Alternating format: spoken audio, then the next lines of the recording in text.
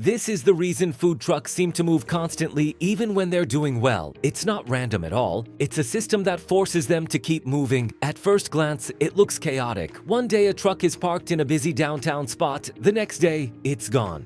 Then it shows up at a brewery, disappears again, and pops up somewhere completely different a few days later. To most people, it feels inconsistent, almost like the owners are guessing or chasing crowds.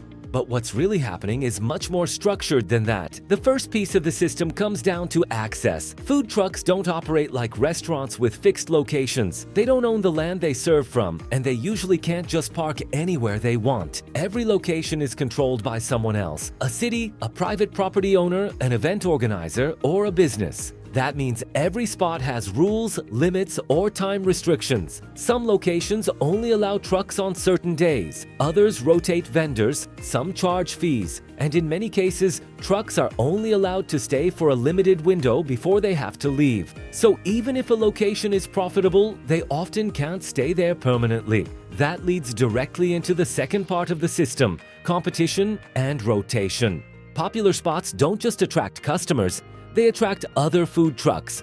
And when multiple vendors want the same location, organizers often cycle them in and out. This keeps things fresh for customers and gives different vendors a chance to operate.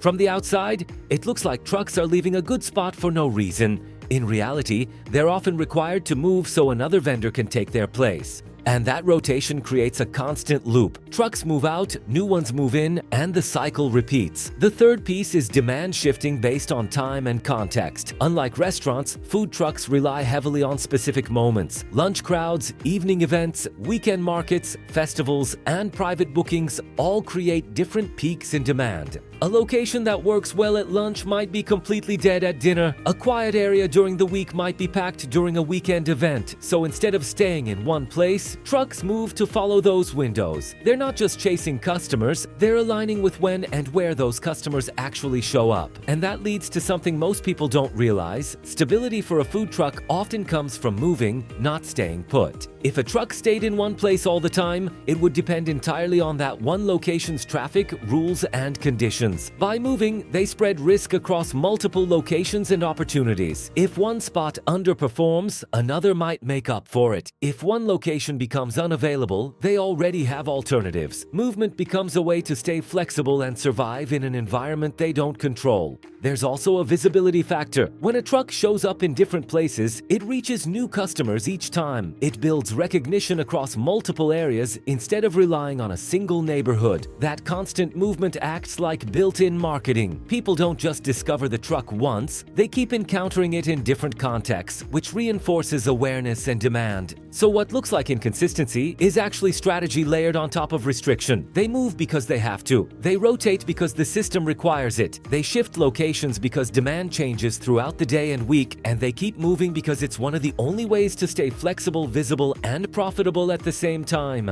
In the end, the movement isn't a sign of instability. It's the business model. And once you see that system, food trucks don't look random anymore. They look calculated.